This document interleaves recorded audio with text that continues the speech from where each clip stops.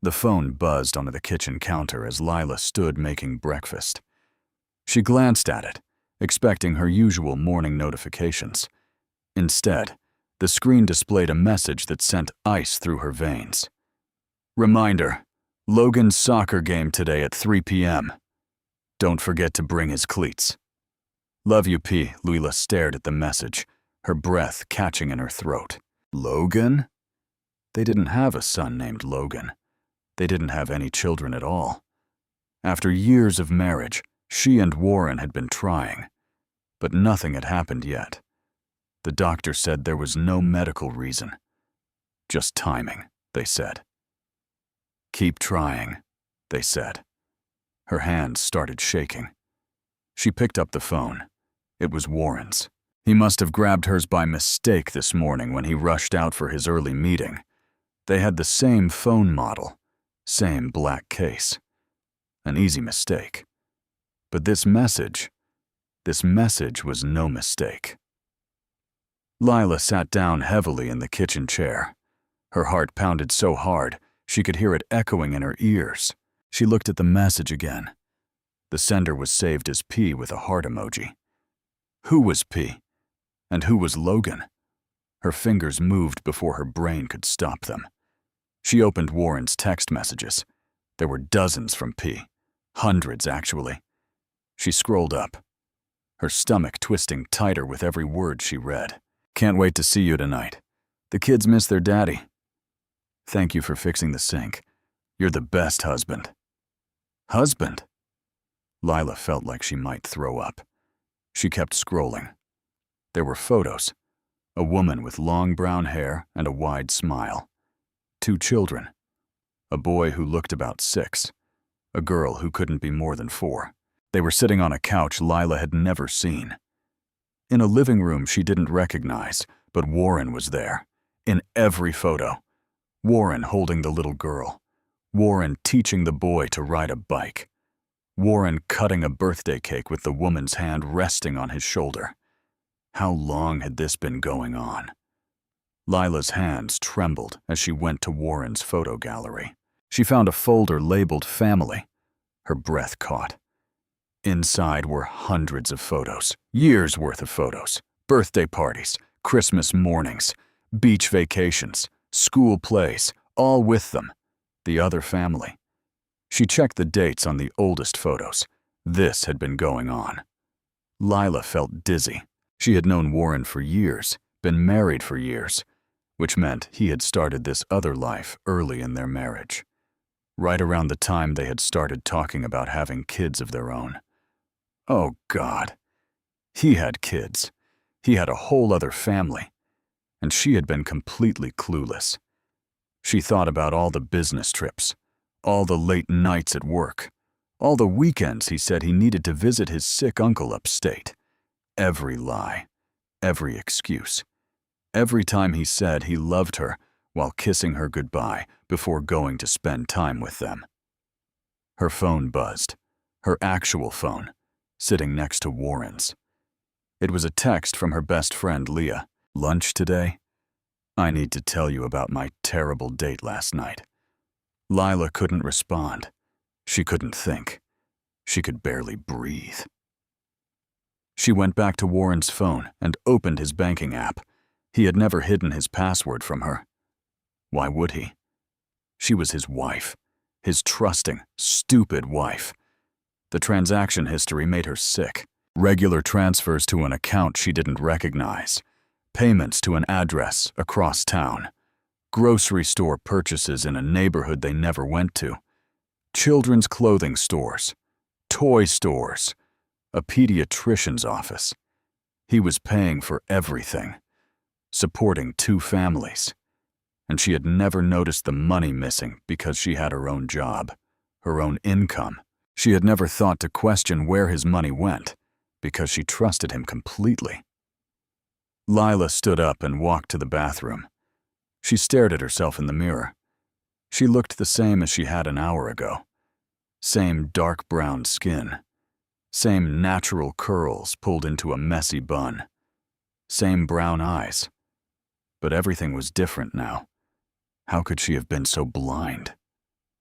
She thought about last night. Warren had come home, kissed her cheek, and said he had a long day at work. They had eaten dinner together, watched a movie, gone to bed. He had held her and told her he loved her. Where had he really been? With them? Did he tell that woman he loved her too? Lila gripped the edge of the sink.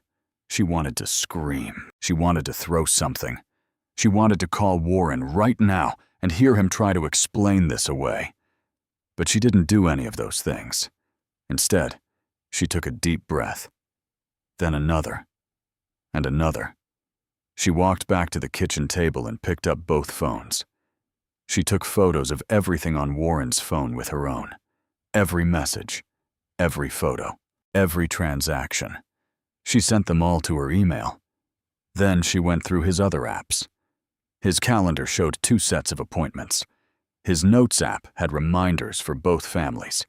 His voice memos had recordings of the children calling him Daddy. Evidence. She needed evidence. By the time Warren's phone started ringing with his actual ringtone, Lila had documented everything. She let it ring. It was probably him realizing he had the wrong phone. She answered. "Hello." "Hey, babe," Warren said, sounding casual and relaxed. "I think we switched phones this morning. I'm heading home to grab mine real quick." "Okay," Lila said, her voice surprisingly steady. "I'll be here." She hung up and placed his phone back on the counter, exactly where she had found it. Then she went upstairs to their bedroom and sat on the edge of the bed she shared with a man she suddenly realized she had never really known at all. Warren would be home shortly. Lila had a short time to decide what kind of woman she was going to be. The kind who fell apart, or the kind who got even? Lila chose even. When Warren walked through the door shortly later, she was sitting at the kitchen table with a cup of coffee, scrolling through her own phone like nothing had happened. "Hey," he said, grabbing his phone from the counter. He checked it quickly, his shoulders relaxing when he saw no messages from her asking questions. "Thanks. I would have been lost without this today." "No problem," Lila said, not looking up. He kissed the top of her head. "I have back-to-back meetings all day. Probably won't be home until late." "Don't wait up. Okay. Have a good day." He left. The door clicked shut behind him. Lila immediately opened her laptop. She had work to do. First, she called in sick to her job at the marketing firm. Then, she started researching divorce lawyers. Not just any lawyers. The best ones. The ones who specialized in complex cases involving hidden assets and fraud. She made a list of 5 names. Then she called each office and scheduled consultations using her maiden name, so nothing would alert Warren if he somehow checked. Next, she did something she never thought she would do. She Googled private investigators in her area. The first 3 she called sounded sleazy. The 4th sounded bored. The 5th, a woman named Patricia Hughes, sounded professional and sympathetic when Lila explained in vague terms what she needed. "I can see you tomorrow morning," Patricia said. 9 a.m. "Bring any documentation you have. The more evidence you already have, the faster and cheaper this will be for you." "Thank you," Lila said. After hanging up, she spent hours going through every file, every document, every piece of paper in their home office.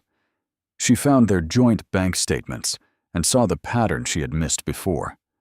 Regular withdrawals, transfers to accounts labeled as investments that she now realized were nothing of the sort. She photographed everything. Later that afternoon, Lila did something else she had never done before. She drove across town to the address she had found in Warren's transaction history. It was a modest house in a neighborhood she had never been to before. Nice enough. A swing set in the backyard, toys scattered on the front porch, a minivan in the driveway. Lila parked down the street and watched. A woman came out of the house with 2 children, the boy and girl from the photos. The woman was pretty in a casual way, jeans and a t-shirt, hair in a ponytail. She looked tired, but happy as she buckled the kids into the minivan. They drove away, and Lila followed from a distance.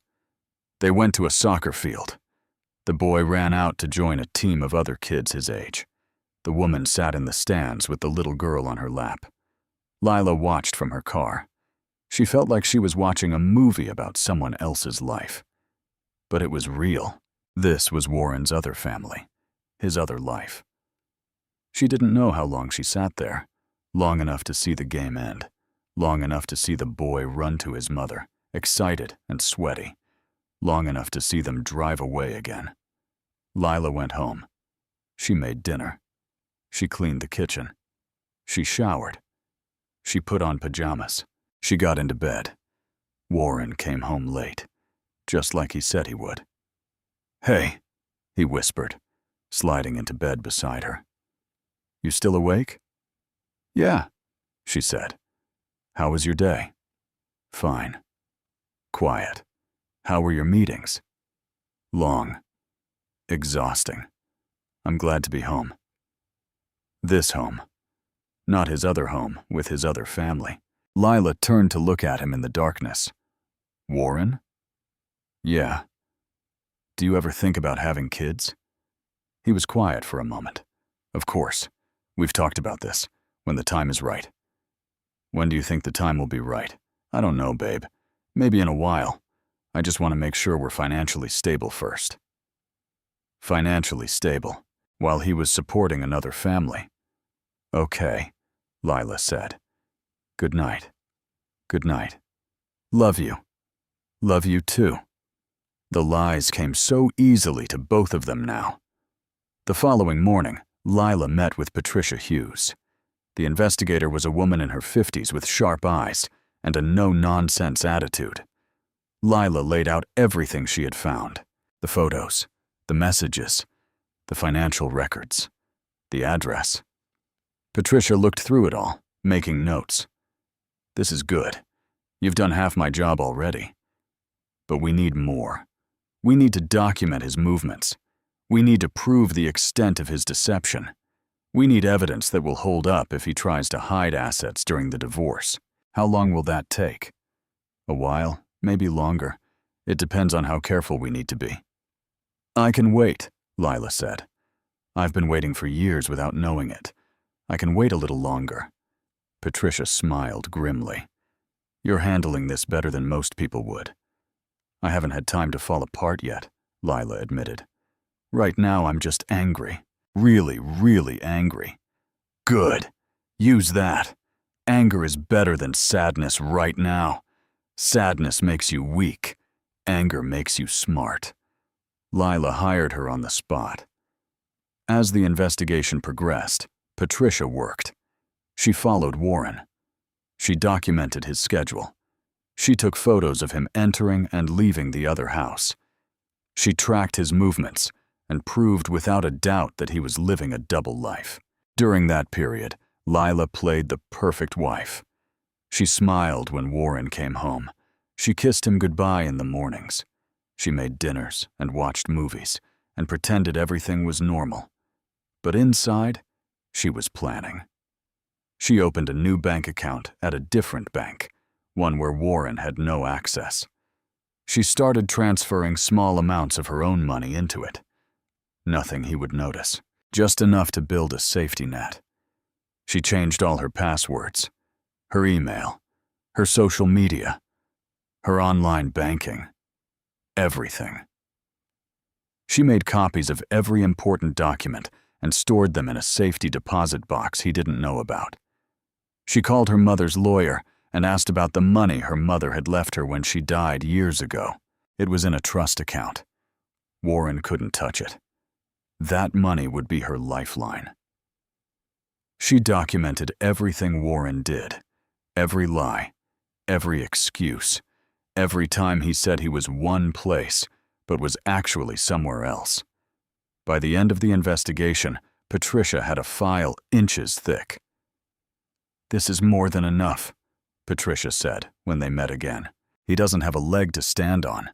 Between the proof of his other family and the financial fraud, Any judge will side with you. Good, Lila said. What's next? Next, you talk to your lawyer. You file for divorce. You hit him with everything at once before he has time to react.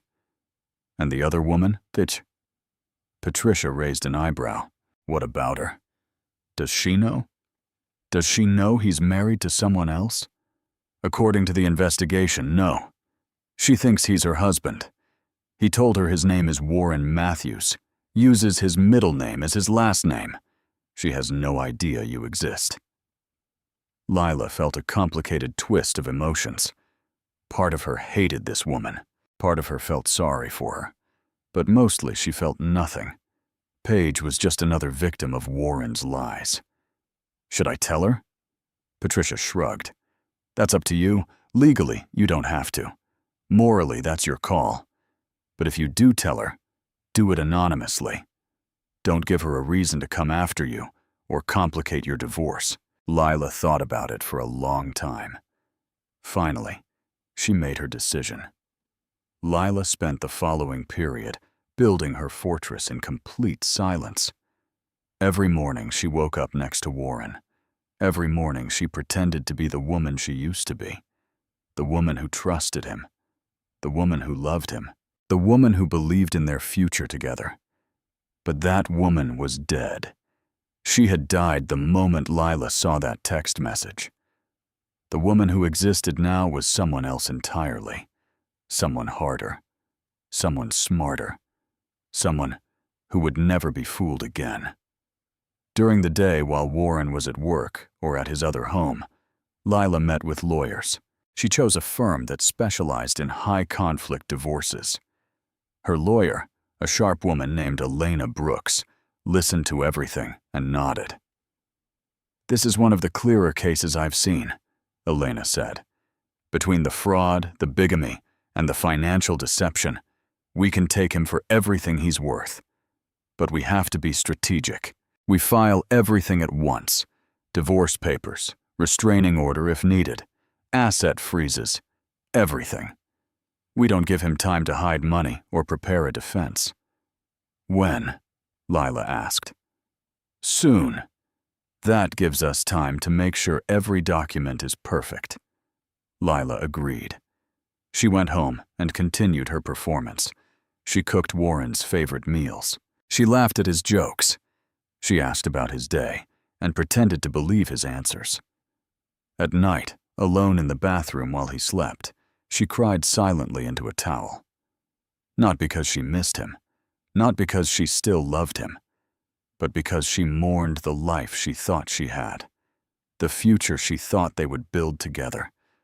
All of it had been a lie. During this time, Lila also did something else.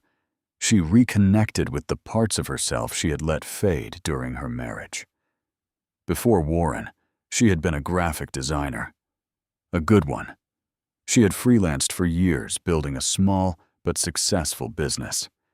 But after they got married, Warren had encouraged her to take a stable corporate job instead. Benefits, he had said. Security. She had listened. She had given up the work she loved for a steady paycheck. Now she started taking projects again. Small ones at first. A logo for a friend's new business. A website design for a former client who reached out. She worked on them late at night after Warren fell asleep. She worked on them during her lunch breaks at her corporate job. The creativity felt good. It felt like finding a piece of herself she had forgotten existed. She also started going to the gym again. Not for him, for herself. She needed to be strong for what was coming, physically and mentally. She called old friends she had lost touch with, friends Warren had always found reasons for her not to see. Too busy, too tired. Maybe next time.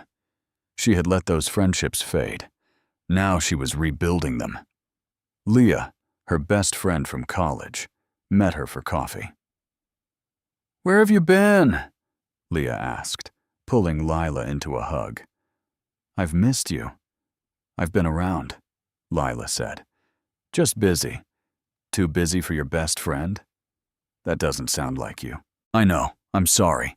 Things have been complicated. Leah studied her face. Are you okay? Is everything all right with Warren? Lila wanted to tell her everything. She wanted to cry and rage and let it all out. But she couldn't. Not yet. Not until everything was finalized. I'm fine, Lila lied. Everything's fine. I just realized I've been neglecting the important people in my life. I want to do better. Leah squeezed her hand. I'm always here for you. You know that, right? I know. At home, Lila continued her investigation. She found more evidence, more lies.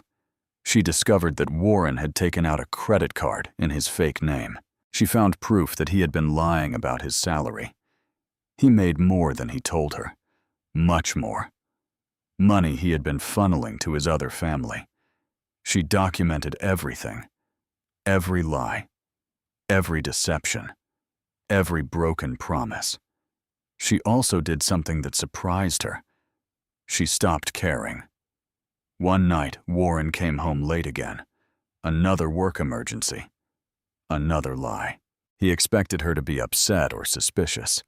Instead, she just smiled and said, That's okay. Dinner's in the fridge. I already ate.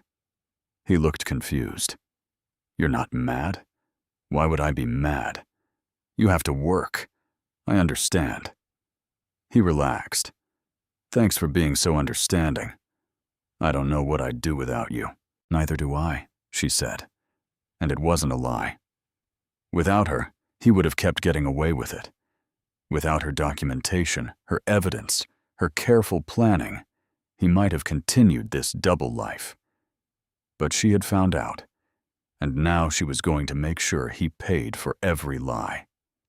The day before the papers were filed, Lila did one final thing. She packed a bag of essentials, clothes, toiletries, important documents, her laptop. She took it to Leah's house. Can I leave this here for a few days? She asked. Leah looked worried. Lila, what's going on? I promise I'll explain soon. But right now, I just need you to trust me. Of course. Always. That night, Lila lay in bed next to Warren one last time. She listened to him breathe. She thought about all the nights she had slept next to him, believing they were building a life together, believing in the future he promised. I hope your meetings go well tomorrow, she said softly. He mumbled something in his sleep. She smiled in the darkness. His meetings, his lies. Tomorrow, all of it would come crashing down. Tomorrow she would stop pretending. Tomorrow she would become someone new. The following morning, Warren left for work at his usual time. He kissed her cheek like always. He said, Love you. See you tonight. She said, See you tonight. But she knew she wouldn't. At her scheduled time, Elena called. Everything's been filed. The papers have been served to his office. The joint accounts are frozen. It's done. Lila took a deep breath. Thank you. Are you somewhere safe? Yes, I'm staying with a friend. Good. He's going to try to contact you. Don't answer. Let him go through me. That's what you're paying me for. Soon after, Lila's phone started ringing. Warren. She declined the call. He called again. And again. And again. Text messages flooded in. What is this? Why are you doing this? We need to talk. This is a misunderstanding. Please call me. I love you. She blocked his number. Then she did something she had been thinking about for a while. She created an anonymous email account. She gathered all the evidence she had collected. Photos of her and Warren's marriage certificate. Photos of their home. Photos of him at various events where he had told Paige he was somewhere else. And she sent it all to Paige with a simple message. You deserve to know the truth. I'm sorry you have to find out this way. Warren has been married to me for years. He's been lying to both of us. I'm filing for divorce. I thought you should know who you're really living with. She pressed send before she could second-guess herself. Then she turned off her phone and went for a long walk. It was done. The bomb had been dropped. Now she just had to wait for the explosion. Lila spent that first night at Leah's apartment, curled up on the couch with a cup of tea she couldn't drink. Her stomach was twisted in knots, not from regret, from anticipation. Somewhere across town, Warren had been served divorce papers at his office. Somewhere else, Paige had opened an email that would destroy her world. Leah sat beside her, finally knowing everything. "I can't believe this," Leah kept saying. "I mean, I believe you. The evidence is right there, but I can't believe he did this. How is that even possible?" "It's possible when you trust someone completely," Lila said. "That's what I keep coming back to. I trusted him so much that I never thought to question anything. This isn't your fault." "I know, but it feels like I should have known somehow, should have seen the signs." "He's a professional liar. That's what he is. You can't blame yourself for believing the person you married." Lila's phone, which she had turned back on, started buzzing again. Not Warren this time. His mother. She declined the call. Then Warren's brother. Declined. His best friend. Declined. "They're all trying to reach you," Leah observed. "Let them try. Everything goes through my lawyer now."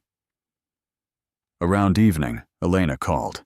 "He's losing his mind," the lawyer said. "He showed up at my office demanding to talk to you. Security had to escort him out.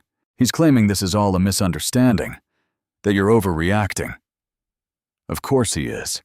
He also lawyered up fast, got himself a decent attorney. This is going to be a fight." "Good, I'm ready. One more thing. The other woman. Paige. She called my office too. Apparently she got an anonymous email with evidence of Warren's double life. She's falling apart. Wants to know if it came from you." Lila's heart raced. "What did you tell her?" "Nothing. Client confidentiality. But between you and me, good move. She needed to know. And now we potentially have an ally if this goes to court. I don't want her as an ally. I don't want anything to do with her." "Understood. But her testimony could be useful." After hanging up, Lila tried to sleep. She couldn't. Her mind kept racing through everything that was happening, everything that would happen next. The following morning she went to work. People stared. They whispered. Word had spread fast. Warren worked in finance. She worked in marketing. Different buildings. Same corporate campus. Everyone knew everyone. Her boss called her into his office. "I heard about your situation," he said carefully. "If you need time off, I don't. Work is good for me right now. It keeps me focused." "All right. But if you change your mind, just let me know." She made it through the day by staying busy, by keeping her mind on projects and deadlines instead of the disaster that was her personal life. That evening, she got a call from an unknown number. She almost didn't answer, but something made her pick up. "Hello, is this Lila?" A woman's voice, shaking, angry. "Who is this?" "You know who this is. You sent me that email." "Paige." Lila's first instinct was to hang up, but she didn't. "Did you know?" Paige asked. "Did you know about me and my kids?" "Not until recently." "You've known, and you're just now telling me." "I needed time to protect myself legally before everything blew up." Paige laughed bitterly. "Protect yourself." "Right. Well, thanks so much for that. My entire life just fell apart. My kids are asking why their father isn't coming home. I can't pay my mortgage without his income. But at least you protected yourself." Lila felt a flash of anger.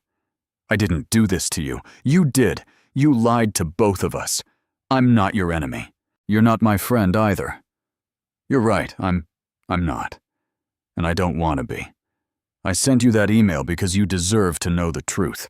What you do with that information is up to you." There was silence on the other end. Then, how could we both be so stupid? We weren't stupid. We were in love with the wrong person. Were you in love with him? Lila thought about it. I thought I was. Now, I don't know if I ever really knew him well enough to love him. More silence. I'm sorry for calling you, Paige finally said. I don't know what to do. Get a good lawyer. Document everything. Protect yourself and your kids. That's all you can do. Yeah, okay, pause. Thank you for the email, even though I hate you a little bit for it. I understand. Paige hung up. Lila sat there for a long moment staring at her phone. She didn't feel good about that conversation. She didn't feel bad either. She just felt empty. In the days that followed, the situation escalated. Warren tried everything to reach her. He sent flowers to her office. She threw them away. He sent letters to Leah's apartment. She burned them without reading them. He tried to access their joint accounts and found them frozen. He tried to go to their house and found the locks changed. He was trapped, and he knew it. His lawyer reached out to Elena with a settlement offer. He wants to negotiate, Elena told Lila. He's offering you a large share of the marital assets if you agree to a quick, quiet divorce. No. You sure? It's generous. He stole from me for years. He committed fraud. He lied about everything. I want it all. Every penny, every asset, everything. That might not be realistic. Then we go to court. I'm not negotiating with him. He doesn't deserve that courtesy. Elena sighed. All right, we'll reject the offer, but prepare yourself. This is going to get ugly. It's already ugly, and it was about to get uglier. Warren, desperate and cornered, started spreading lies. He told their friends that Lila had cheated, that she was mentally unstable, that she was trying to destroy him out of spite. Some people believed him. Most didn't. The evidence was too clear. But the ones who believed him, the ones who took his side, it hurt more than Lila expected. His mother called again. This time, Lila answered. How could you do this to my son? She demanded. Did he tell you about his other family, his other kids? Silence. That's what I thought. Ask him about Logan and Sophie. Ask him about Paige. Then call me back if you still think I'm the villain here. She hung up. Soon after, Warren's mother called back. She was crying. I didn't know, she sobbed. He told me you were lying, but I called Paige. She answered. The kids were in the background calling for their daddy. Oh God, I didn't know. I know you didn't. I'm so sorry for what he did to you, for not believing you, for everything. It's not your fault. He's my son. I raised him. I must have done something wrong. You didn't. He made his own choices. He's the only one responsible for this. They talked for a while. Warren's mother apologized over and over. She offered to testify on Lila's behalf if needed. She said she would never forgive her son for what he had done. When Lila hung up, she felt strangely lighter. Warren's own mother had turned against him. His lies were collapsing. His world was crumbling. And Lila? She was just getting started. The following months were a battlefield. Warren fought dirty. He hired a team of lawyers who tried to paint Lila as vindictive and greedy. They claimed she was exaggerating his relationship with Paige. They argued that the money he spent on his other family was minimal and didn't constitute fraud. They were grasping at straws, and everyone knew it. In court, Elena presented the evidence methodically and brutally. Photos of Warren with his other family spanning years. Financial records showing hundreds of thousands of dollars diverted from their joint accounts. Text messages where Warren used different names and maintained separate lives. The judge was not impressed with Warren's defense. Mr. Reed, the judge said, looking over his glasses at Warren. You maintained 2 households. You fathered children with another woman while married. You created false financial accounts. You lied under oath about your income. This isn't a case of marital disagreement. This is systematic fraud and deception." Warren's lawyer tried to argue. The judge cut him off. "I'm awarding Mrs. Reed a substantial majority of all marital assets. That includes the house, the investments, the retirement accounts, everything accumulated during the marriage. Mr. Reed, you're also responsible for all court costs and attorney fees for both parties." Warren looked like he might be sick. "Furthermore," the judge continued, "I'm ordering an investigation into your finances to determine if there are any hidden assets. If we find any, they will be seized and awarded to Mrs. Reed as well." It was everything Lila had hoped for, and more. Warren tried one more time to talk to her outside the courthouse. He pushed past Elena and grabbed Lila's arm. "Please," he said, "we can fix this. We can go to counseling. I'll do whatever you want. Just don't throw away years of marriage." Lila looked at his hand on her arm, then at his face. The face she had kissed goodnight for years. The face that had lied to her over and over. "Let go of me," she said quietly. "Lila, please." "Let go." He dropped his hand. Elena stepped between them. "Mr. Reed, if you touch my client again, I'm filing a restraining order. Do you understand?" Warren looked desperate, broken. "I love you," he said to Lila. "I know I messed up, but I love you." "No," Lila said. "You don't love me. You love having someone to lie to. You had someone who trusted you completely, but that person is gone. I'm someone different now, and you don't get to touch me, or talk to me, or be any part of my life ever again." Then she walked away without looking back. Back at work, things were complicated. Some colleagues supported her, others gossiped. A few treated her like she was contagious, like divorce was something they could catch. But Lila didn't care anymore. She had stopped caring what people thought the moment she found out about Warren's lies. She threw herself into her work. Not the corporate marketing job she had taken to please Warren. The design work she loved. The freelance projects that made her feel creative and alive. She started small. A website redesign for a local restaurant. Business cards for a friend, starting a photography business. A logo for a non-profit. Word spread. Her old clients from before her marriage started reaching out. They had seen her work. They remembered how good she was. They wanted to hire her again. Before long, she had more projects than she could handle. She made a decision. She quit her corporate job and went back to freelancing full-time. It was risky. It was scary. But it felt right. Leah was supportive, but worried. "Are you sure? That job had benefits. Security." "Security is an illusion," Lila said. "I had a marriage. I had a house. I had a husband I trusted completely, and all of it was a lie. So no, I'm not interested in security anymore. I'm interested in being happy." She rented a small office space downtown. Nothing fancy, just a room with good light and enough space for her desk and computer. She painted the walls herself, a soft blue that made her feel calm. She put up a sign, Lila Parker Design. Parker was her maiden name.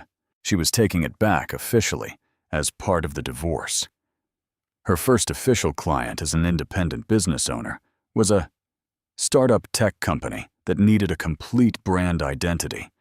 They offered her more money than she made in months at her old corporate job. She worked late nights and early mornings. She poured everything she had into creating something beautiful for them.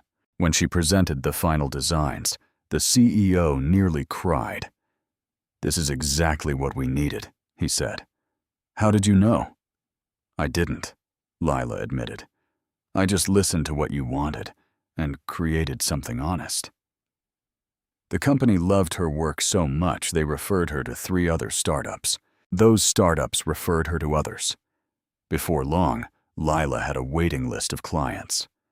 She hired an assistant, a recent graduate named Jenna, who was eager and talented and reminded Lila of herself years ago. "This is amazing," Jenna said on her first day. "I can't believe you built all this from scratch." "Not from scratch," Lila corrected. "From rubble, there's a difference." During this time, Warren's life was falling apart in spectacular fashion. His employer found out about his double life and the fraud involved. They launched an internal investigation. It turned out Warren had been using company resources for his personal life, company credit cards, company time, company money. He was fired. Without his job, he couldn't afford to pay child support to Paige or maintain his lifestyle. He moved into a cheap apartment. His car got repossessed. His credit cards maxed out. Friends who had supported him at first started to pull away when they realized the extent of his lies. No one wanted to be associated with him. His mother stopped taking his calls after he tried to borrow money from her to pay his lawyer. Warren tried one last time to reach out to Lila, not through lawyers this time, through social media. He created a fake account and sent her a message. "I know you hate me. I don't blame you, but I'm drowning here. I lost everything. My job, my home, my family. Both families. I have nothing left. If you ever cared about me at all, please, I'm begging you. Can we talk?" Lila stared at the message for a long time. A part of her, a small part, felt sorry for him. He had destroyed his own life. He was suffering the consequences of his choices. He had no one to blame but himself. But he had also destroyed her life, or tried to. He had lied to her for years, stolen from her, made her question everything she thought was real.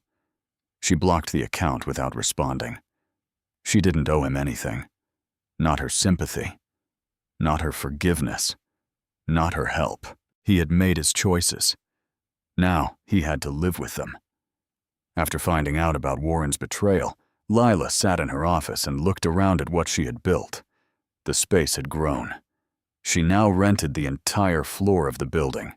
Her team had expanded. 2 designers, 1 project manager, 1 social media manager, and Jenna, who had been promoted to creative director.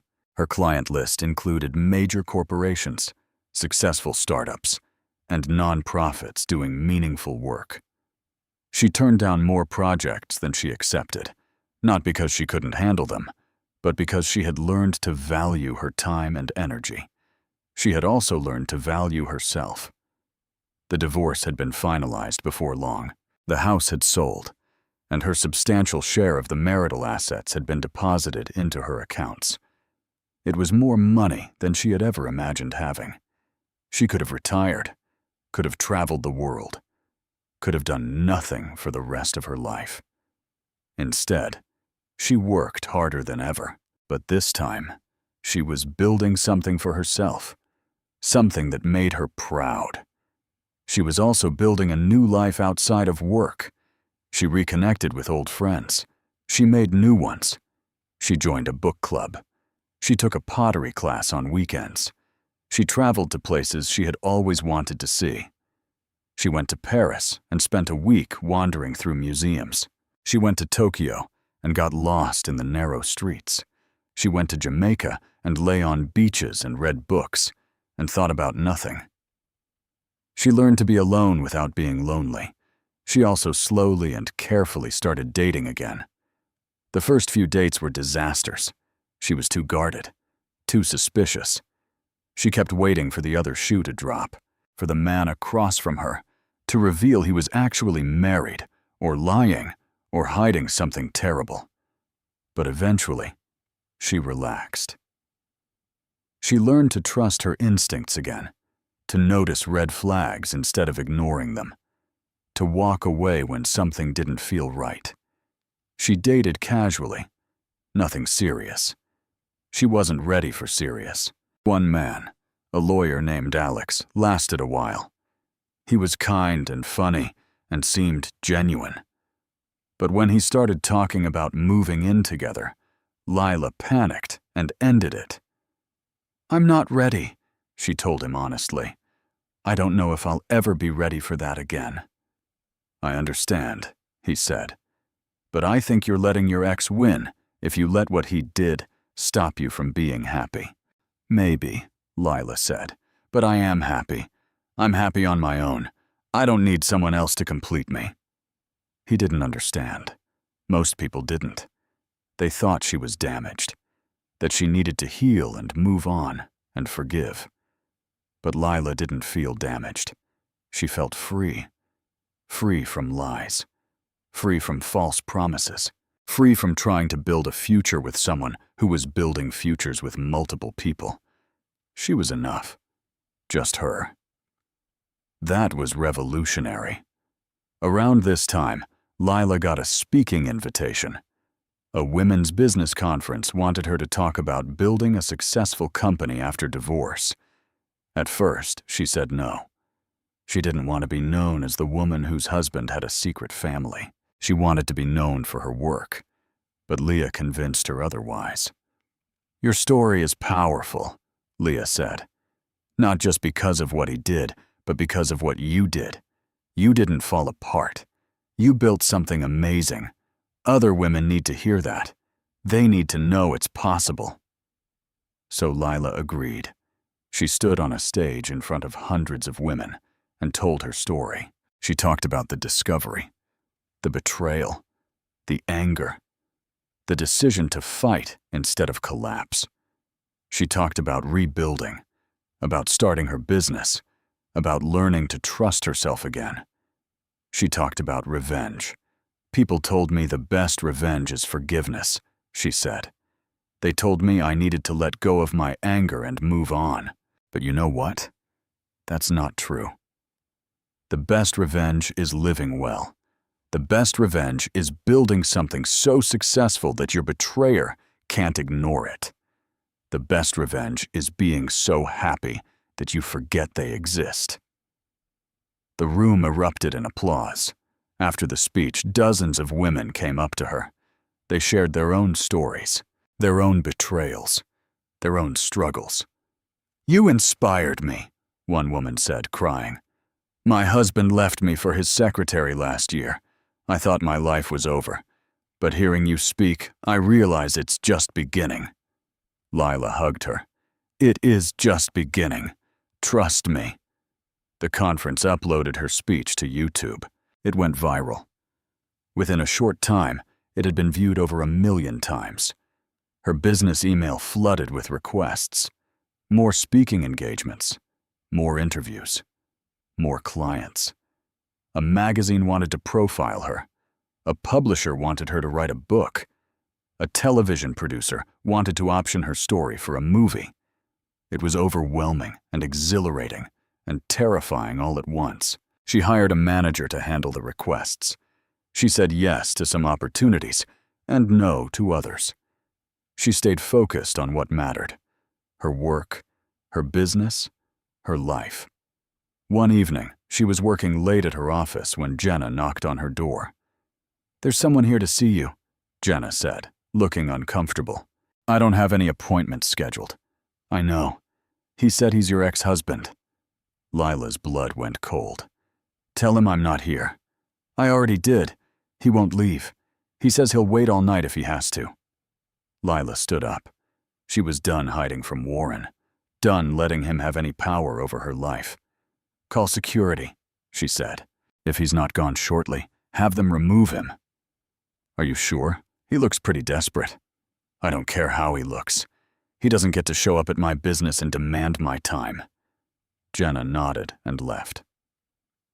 Lila sat back down and tried to focus on her work, but her hands were shaking.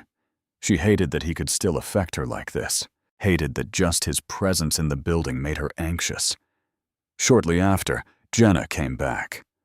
"He's gone. Security escorted him out." "Did he say anything?" "Just that he needed to talk to you, that it was important." "It's not. If he comes back, don't even tell me. Just have security handle it." That night, Lila went home to her new apartment, a beautiful loft with floor-to-ceiling windows and exposed brick walls. A space that was entirely hers. No memories of Warren. No ghost of their failed marriage. She poured herself a glass of wine and stood at the window looking out at the city lights. She had come so far. From broken to powerful. From victim to victor. But she still had moments like this. Moments where Warren's shadow tried to darken her life. Moments where she felt the old fear creeping back in. She wouldn't let it win. She raised her glass to her reflection in the window. To me, she said, for surviving, for thriving, for winning. She drank deeply and smiled. The future was hers now, and it was going to be spectacular. Warren's life had become unrecognizable. Not that Lila was keeping tabs. She wasn't. But information had a way of finding her anyway. Through mutual friends who couldn't help but share. Through his mother, who still called Lila occasionally to apologize and update her.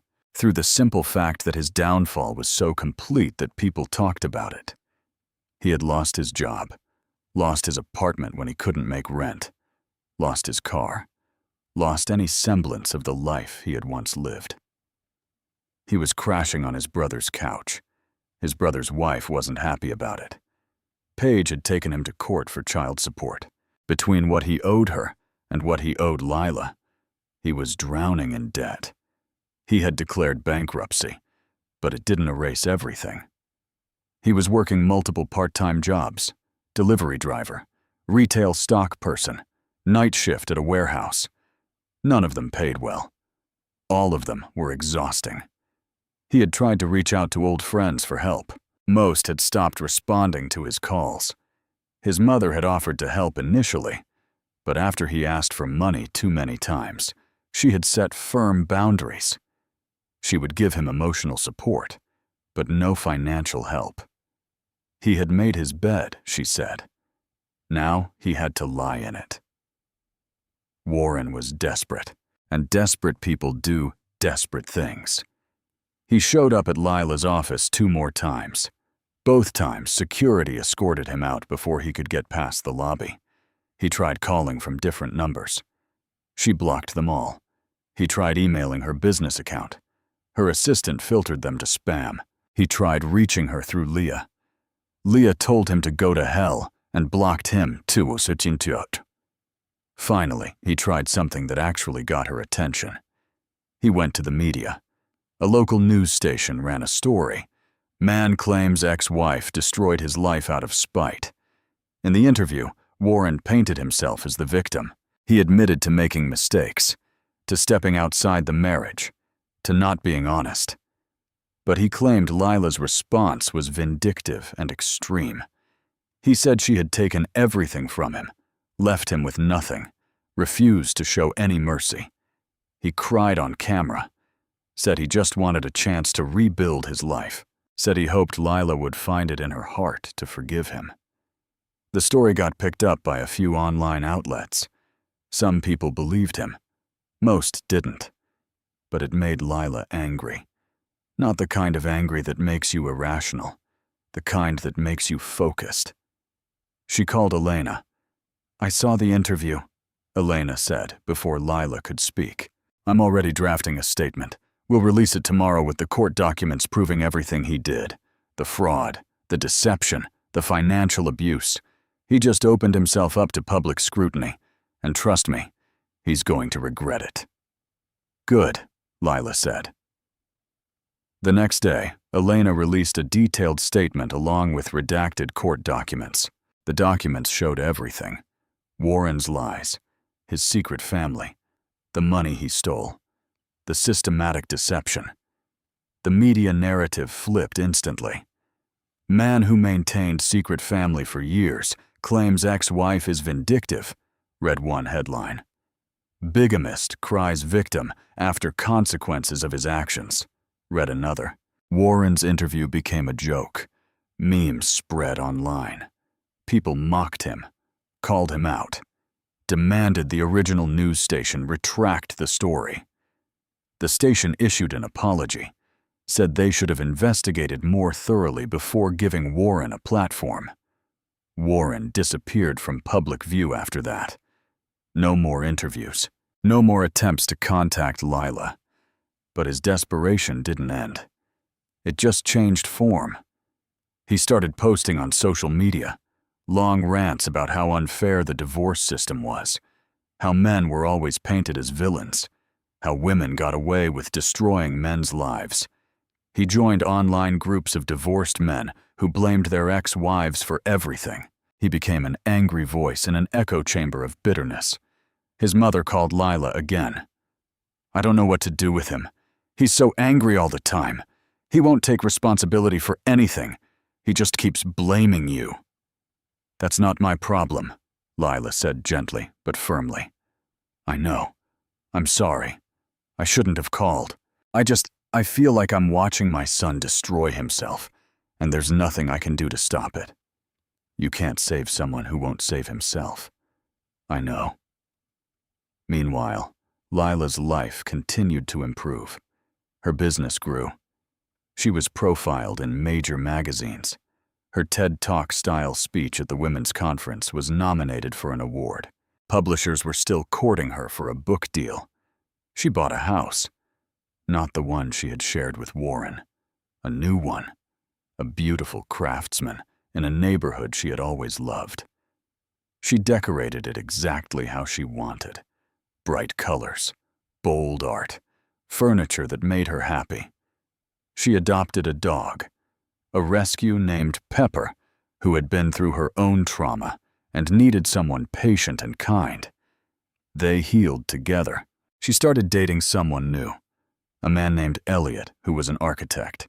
He was kind and straightforward and had no secret families. They took things slow.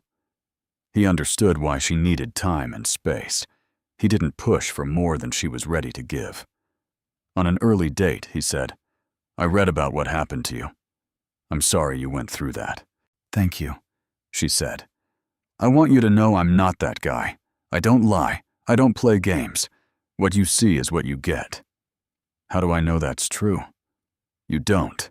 Not yet. But I'll prove it to you over time. I'm patient." She liked his honesty, his self-awareness, the fact that he didn't pretend to have all the answers.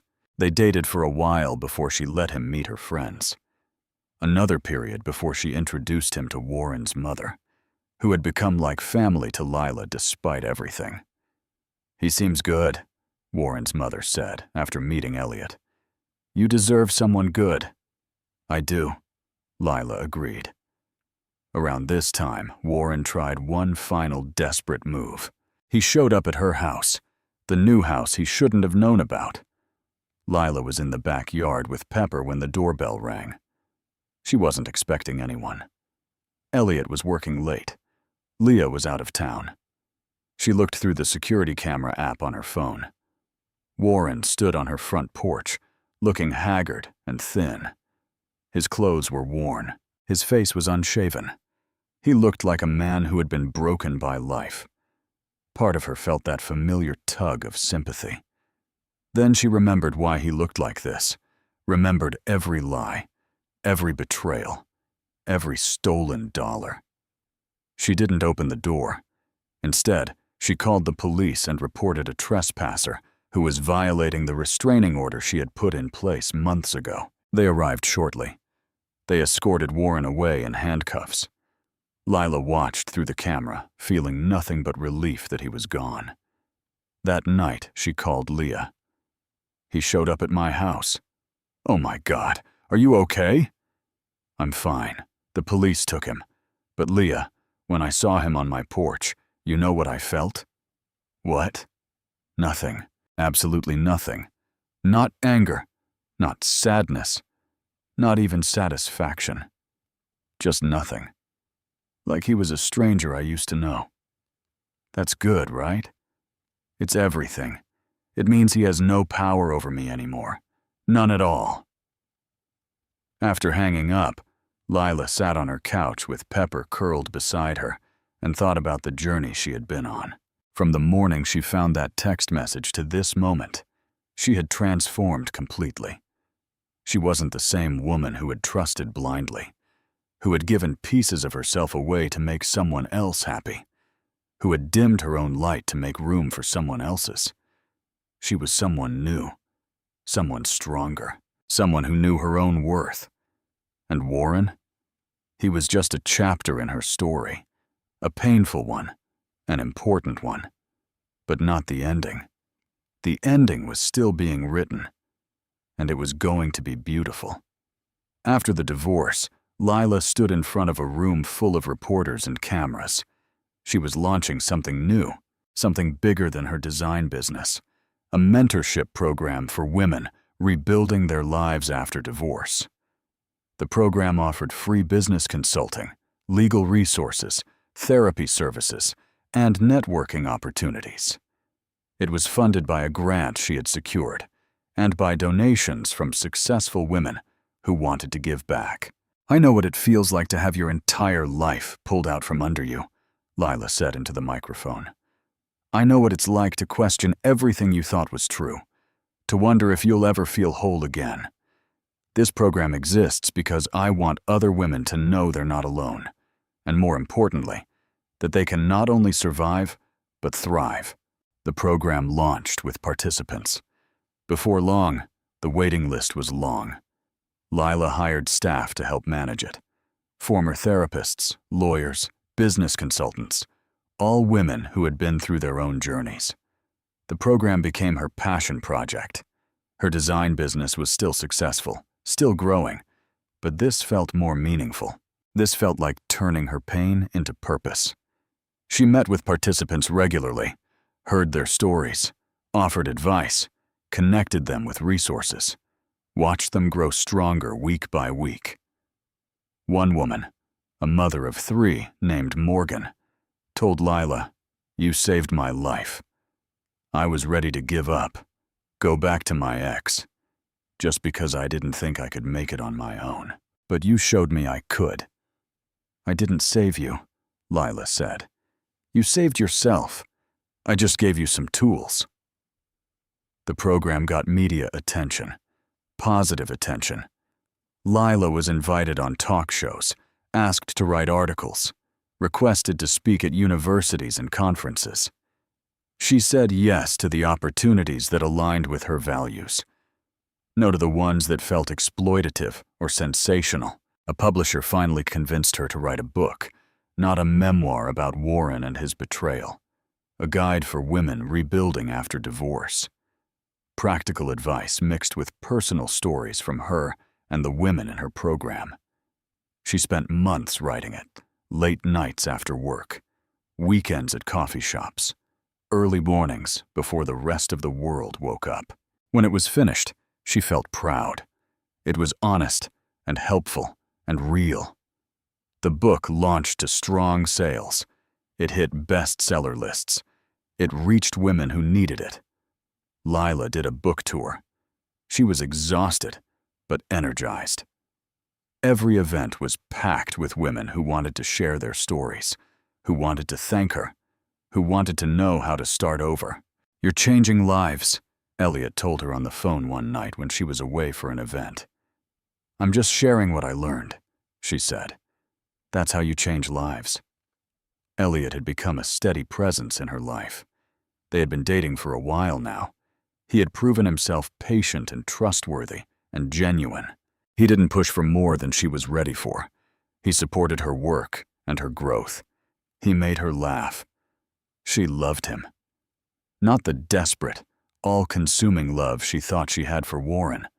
Something quieter, steadier, more real.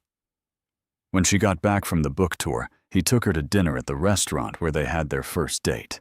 "I have something I want to talk to you about," he said. Lila felt a flash of panic. "Here it comes," she thought. "He wants to get married. He wants to move in. He wants something I'm not ready to give." But Elliot knew her well. He saw the fear in her eyes. "It's nothing scary," he said quickly. "I just want you to know that I'm happy with things exactly as they are. I don't need more. I don't need labels or commitments or timelines. I just want to keep being part of your life in whatever way you're comfortable with." Lila felt tears in her eyes.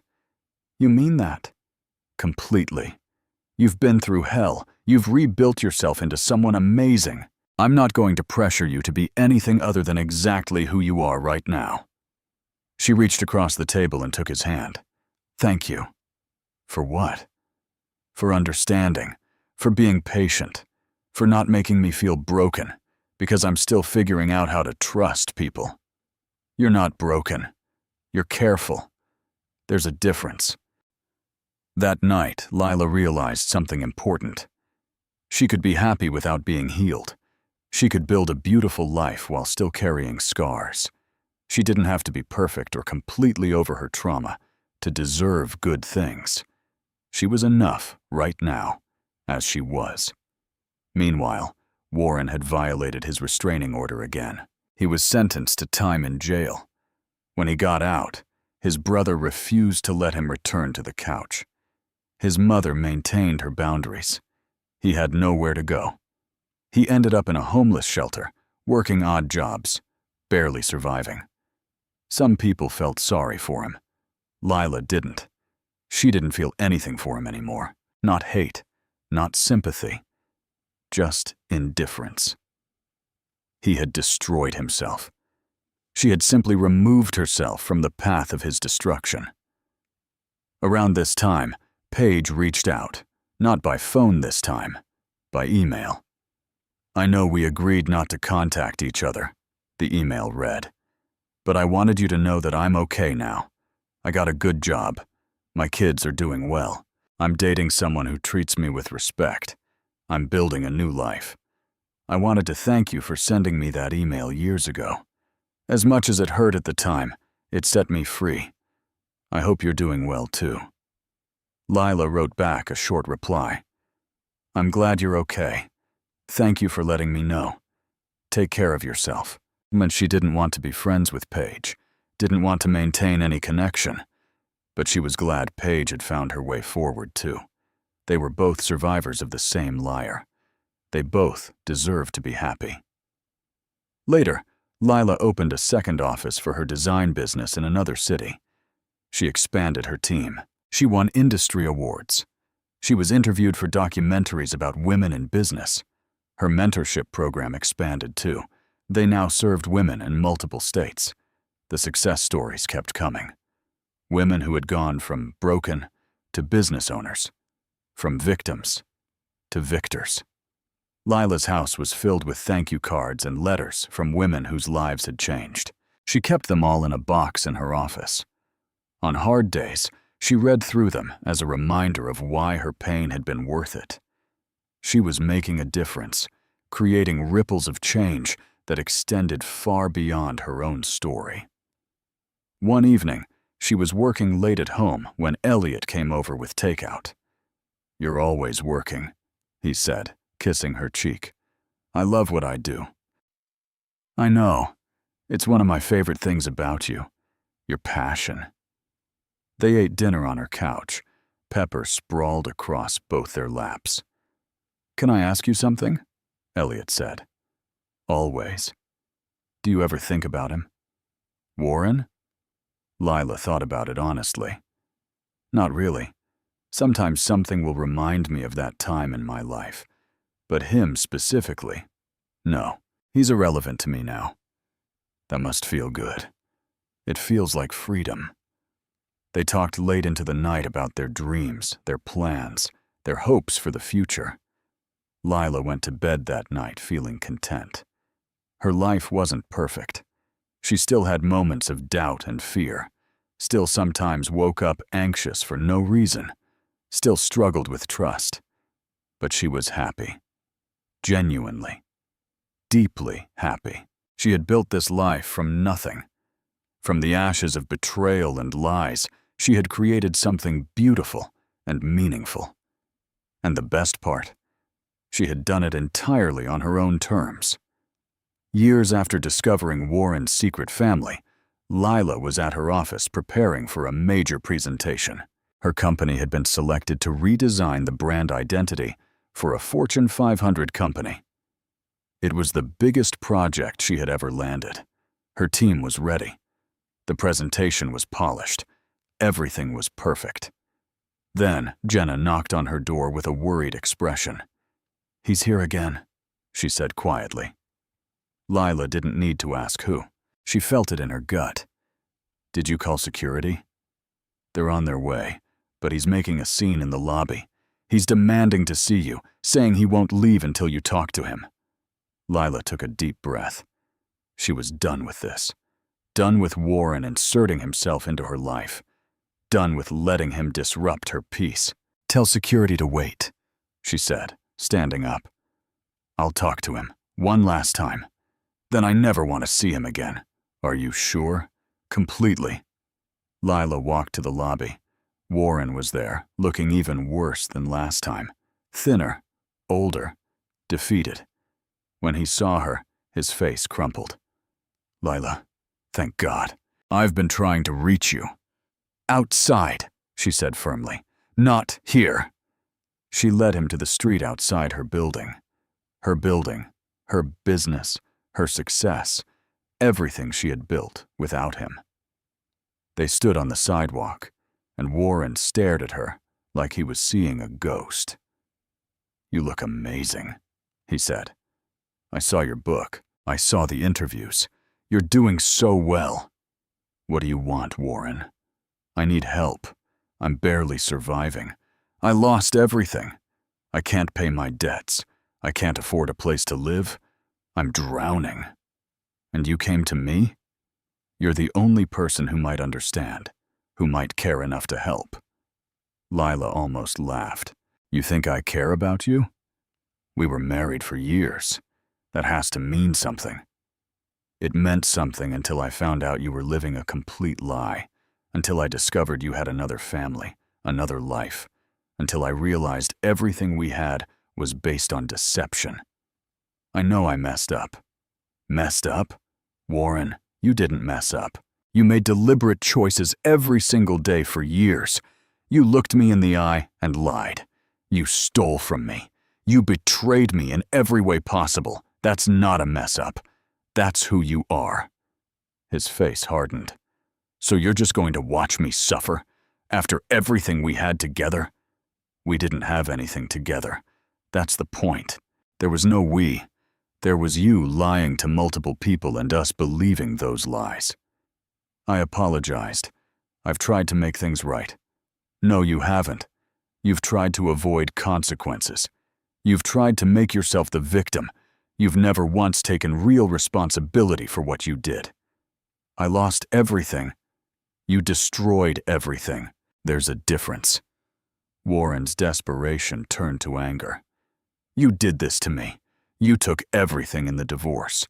You turned everyone against me. You ruined my reputation. You made it impossible for me to rebuild my life. I held you accountable. That's all I did. The rest, that's all you. I came here to ask for help. Not for much, just enough to get back on my feet. You have money now. You're successful. You could help me and not even notice the difference." Lila stared at him. "You really don't get it, do you?" "Get what?" "I don't owe you anything. Not my money, not my sympathy, not my help, nothing. You spent years taking from me. My trust, my love, my money, my time. Years of my life that I can never get back. You took and took and took, and you never gave anything real in return. Just lies. So, no, Warren. I'm not going to help you. I'm not going to give you one more second of my energy or one more dollar of my money. So, that's it? You're just going to let me suffer? You're suffering because of your own choices, not because of me." I moved on. I rebuilt. I created something beautiful from the wreckage you left behind. What you do with your life now is your problem, not mine. "You're cold," he spat. "You're heartless. I used to love you, and now I don't even recognize you." "Good," Lila said calmly. Because the woman you loved was someone who didn't know her own worth, someone who made herself smaller to make room for you. That woman is gone. I'm someone better now, someone stronger, someone who will never let anyone treat her the way you did ever again. I hope you're happy, Warren said bitterly. I hope all this success and money makes you happy, because you're going to end up alone. Lila smiled, actually smiled. I'm not alone. I have friends who value me, a partner who respects me, a business I'm proud of, a life I love. I have everything I need. What do you have, Warren? He didn't answer. He couldn't. This is the last time we're going to speak, Lila said. I want you to know something. I don't hate you. I don't think about you enough to hate you. You're just someone I used to know who taught me what I don't want in my life. Thank you for that lesson. Now please leave and don't come back. She turned and walked back into her building without waiting for his response. Her hands were shaking. Her heart was racing. But she felt powerful, like she had finally closed a door that had been stuck open for too long. Security met her in the lobby. Do you want us to remove him? Yes, and update the ban list. If he comes back, I want the police called immediately. No more warnings, no more chances. Understood. Lila went back to her office. Jenna was waiting. Are you okay? I'm perfect, Lila said. And she meant it. That evening she called Elliot and told him what happened. How do you feel? He asked. Free. Finally. Free. I think I've been carrying this weight of wondering when he would pop up again, what he would want, how I would react. Now, I know. I react by being strong, by remembering who I am now, by not letting him have any power over me. I'm proud of you. I'm proud of me, too. That night, Lila slept better than she had in a long time. No dreams about Warren, no anxiety about the past, just deep, peaceful sleep. The next morning, she woke up ready to tackle her presentation. Her team delivered it flawlessly. The Fortune 500 company loved it. They signed a contract worth far more than she had ever imagined. Her team celebrated with champagne in the office. Jenna gave a toast to Lila, who built all this from scratch and showed us what real strength looks like. Everyone raised their glasses. Lila looked around at the faces of her team, her chosen family, people who respected her and valued her and were part of the life she had built. She thought about where she had been years ago, broken, devastated, wondering how she would survive. And look at her now. Surviving wasn't even the goal anymore. She was thriving. She had won. Not by destroying Warren, but by refusing to let his destruction touch her. That was the best revenge of all. Years after discovering Warren's betrayal, Lila stood in her new home and looked around with satisfaction. She had sold the house she bought after the divorce and upgraded to something even better. A stunning modern home with a view of the city. 3 bedrooms, an art studio, an office, a yard for Pepper. It was perfect. Elliot helped her hang the last painting in the living room. They had officially moved in together before long. It had felt right. Natural.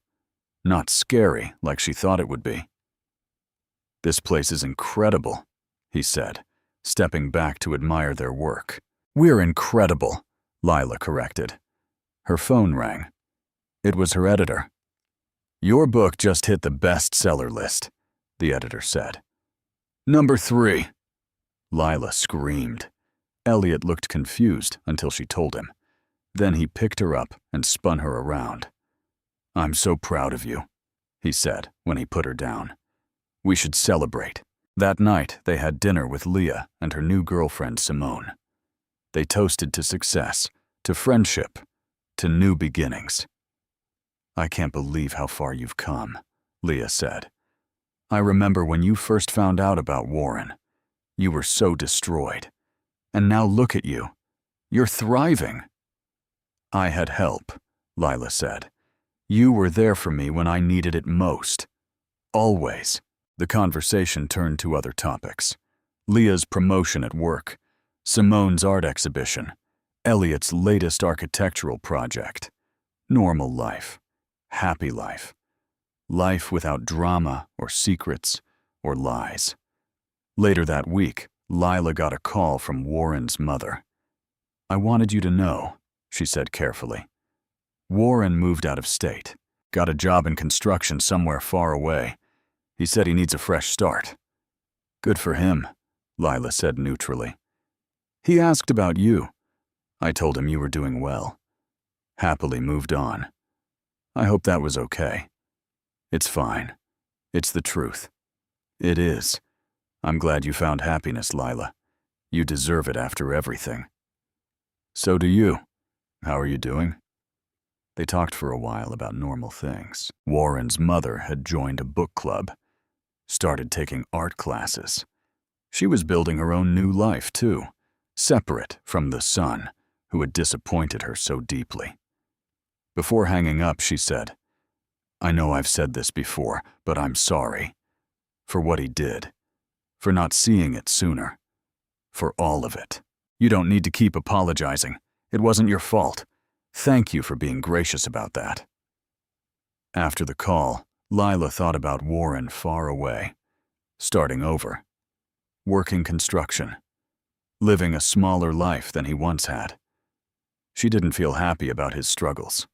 Didn't feel sad either. Just neutral. He was doing what he needed to do to survive. That was his journey now, not hers.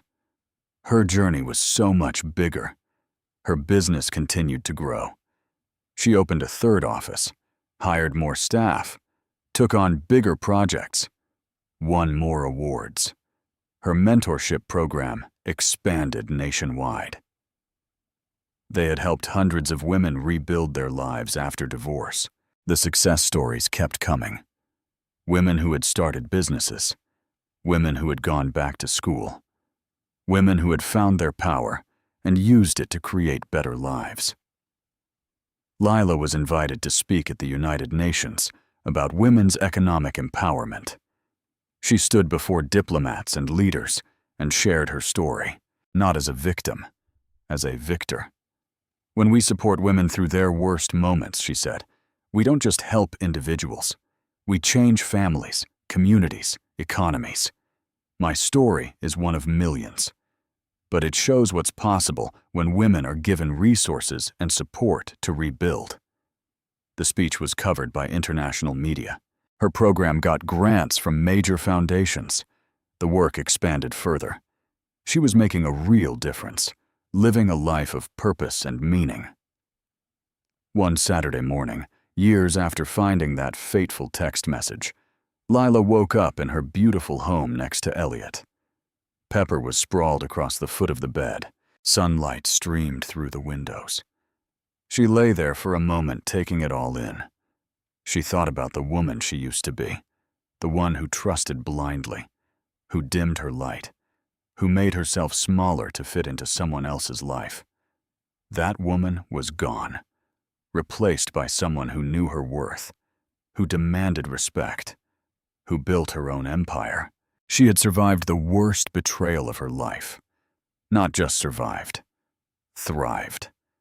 She had her own successful business, a book that was helping thousands of women, a program that was changing lives, a home she loved, a partner who respected her, friends who valued her, a dog who adored her.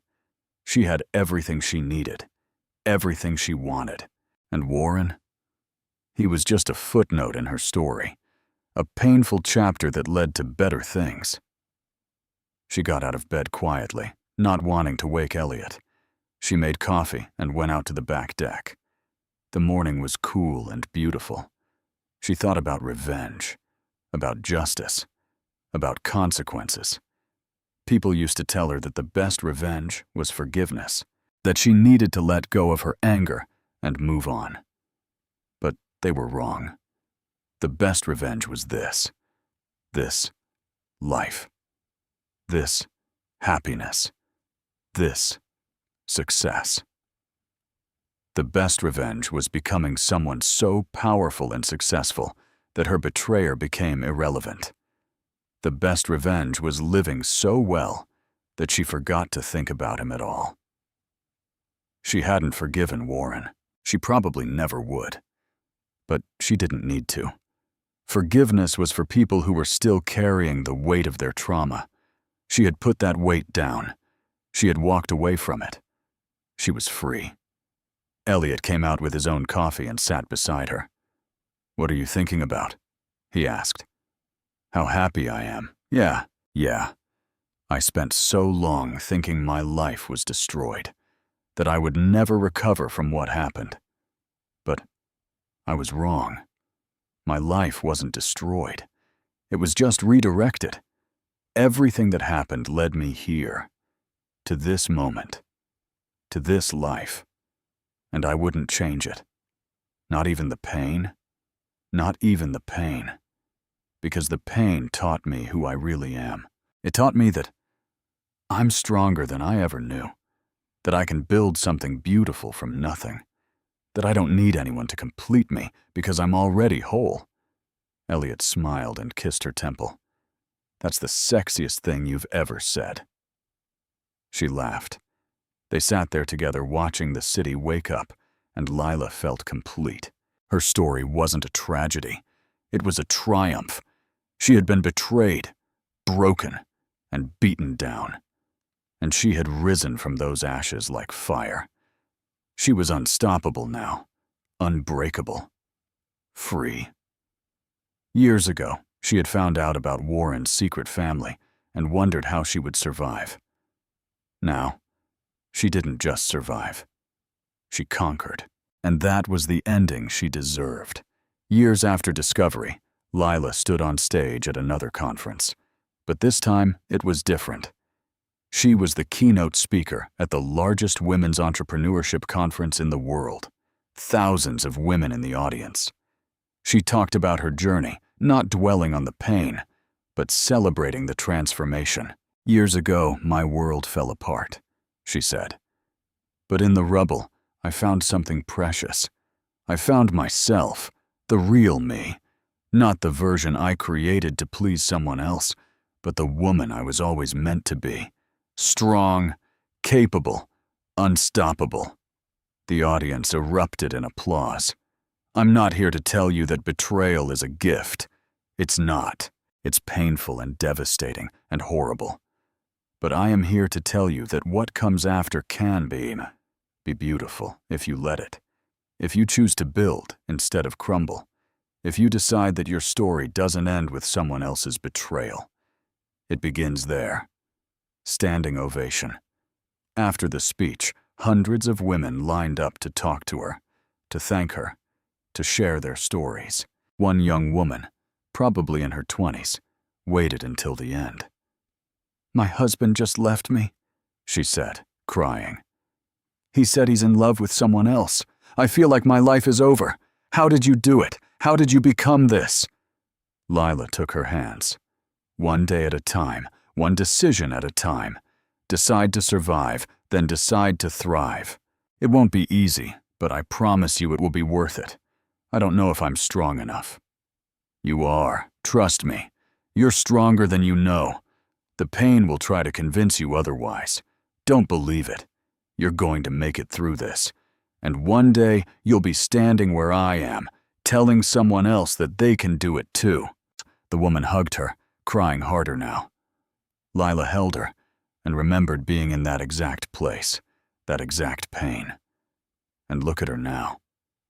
That night, she went home to Elliot and Pepper. They ordered pizza and watched a movie. Normal, simple, perfect. Before bed, Lila looked at herself in the mirror. Really looked. She saw strength in her eyes, confidence in her posture, peace in her expression. She saw a woman who had been through hell and came out victorious. She saw someone she was proud to be. "I did it," she whispered to her reflection. "I actually did it." And she had. She had taken the worst thing that ever happened to her and turned it into the catalyst for the best life she could imagine. Warren had tried to break her. Instead, he had freed her. That was his gift, whether he meant it to be or not. The life she had built was hers. Every success, every achievement, every moment of happiness, all hers. She climbed into bed next to Elliot, who was already half asleep.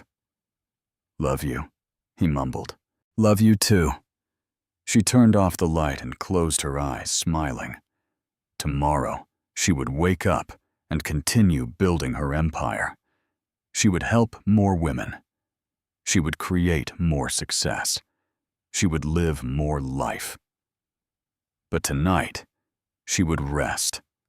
Rest in the knowledge that she had won, not by destroying Warren, not by revenge in the traditional sense, but by becoming so successful, so happy, so complete, that his betrayal became the best thing that ever happened to her. That was the ultimate victory, and it was sweet.